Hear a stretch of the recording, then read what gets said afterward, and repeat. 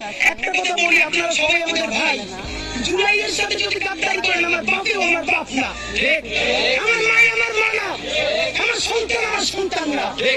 আমরা শহীদ পরিবারের সাথে ওয়াদা করেছি, কমপক্ষে 20 জন মা আমাদের মাথায় হাত রেখেছে। শহীদ আবু সাঈদের মা রেখেছে, শহীদ আব্দুল্লাহ বিন জাহিদের মা আমাদের মাথায় হাত রেখেছে।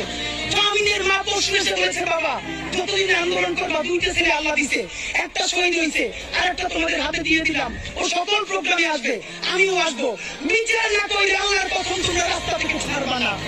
আমরা ওয়াদা করেছি, আমরা এই বিচার না দেখা হয়তো আমাদের লাস্ট হবে আমাদের বাবা মায়ের কাছে, অথবা বাংলাদেশে গণহত্যার বিচার হবে।